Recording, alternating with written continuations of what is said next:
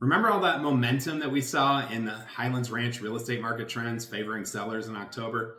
Well, it reversed. It's gone. We'll talk about the month over month and year over year trends in the Highlands Ranch real estate market. But first, I'm Sean Reddy of the Keller Williams Reddy Group, bringing you the Highlands Ranch market in a minute. And here we go. We break down the month over month, year over year stats. We talk about how it falls in line with buyer goals, how it falls in line with seller goals, how it favors buyers, how it favors sellers. So if you're selling a home independently of buying one, if you're buying a home independently of selling one, or you're selling a home to buy another home, stay tuned because we'll teach you how to use this data. Let's talk about the trends that favor sellers first. As I mentioned, a lot of the ones that showed up last month have now been erased, went the other direction. I'll give my theory as to why towards the end of this video. However, if you're a seller, here's some good news. New listings in Highlands Ranch dropped by a massive 55% month over month. Last month, 120 homes hit the market in the month of October. In November, only 54 hit the market. So your competition just went way down. On the same note, available homes dropped 28%. So I've been talking for months now about inventory being well over 200 homes for sale at any given time in Highlands Ranch. That number dropped to 167. I'm comparing November 1st to December 1st, FYI. The last piece of good news for sellers is that closed sales went up month over month. Kind of saw that coming because contracts went up last month. So closed sales up, just 3 units. Good for a 4% increase going from 81 to 84. Now, if you're buying a home, here are the trends you want to hear. First and foremost, biggest mover, median days on market up 118% month over month. Wow, that's huge. To frame that a little bit, that measures what went under contract in October, the median time that those took, and what went under contract in November, the median time that those took. So it's not a long-term trend necessarily, and it's measured across about 76 to 98 purchase contracts. However, that number went from 17 in October all the way up to 37 in November. That can't be ignored. The average days on market also up 34%, going from 35 days to 47 days month over month. New purchase contracts dropped by 22%. So that could have something to do with less inventory on the market, or most likely has something to do with less buyers in the market. October, 98 homes went under contract. September, 106. November, just 76. Again, good for a 22% drop. I want to be careful on, I do want to absolutely frame this. Average and median price. This measures only what closed in these specific months. Last month, average and median price went up 12 and 13% respectively. This month, right back down. Dropped by 9% on average, 10% on median.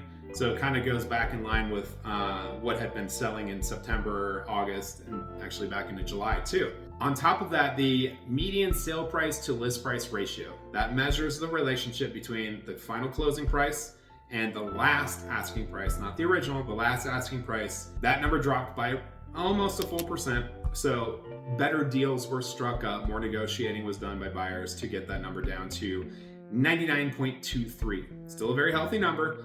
Not much delta between final asking price and selling price, yet last month it was 100. Let's take a look at this from a year over year standpoint. About 50-50 split between the trends favoring buyers and trends favoring sellers. We'll start with the sellers first. Biggest mover, closed sales up 29%. I know they dropped month over month, yet last year in November, only 65 homes closed. This year, that number is up to 84. New purchase contracts also up almost 12%. Going from 68 to 76.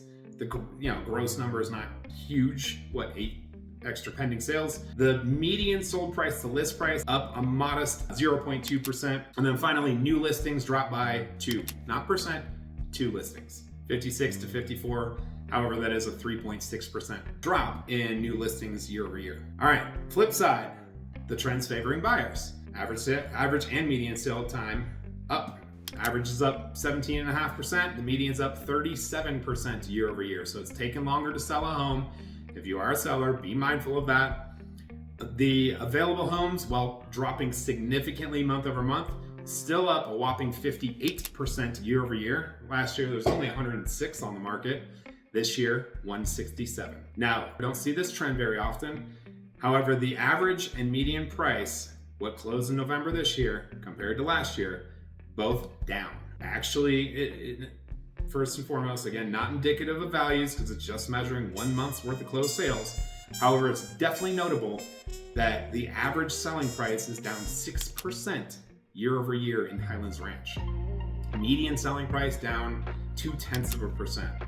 That's probably more indicative of what's happening in the market. Now, there you have it.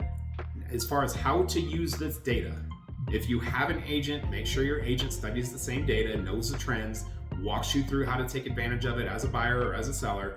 If you don't have an agent, love to be a resource for you. Drop a comment, look up Sean Reddy on social media. Again, thanks so much for watching. Sean Reddy, Keller Williams Reddy Group. Love to be a resource for you. And we do make these every single month. In fact, I do make a weekly series for Highlands Ranch market trends as well. So check that out. And happy holidays. We'll see you in January.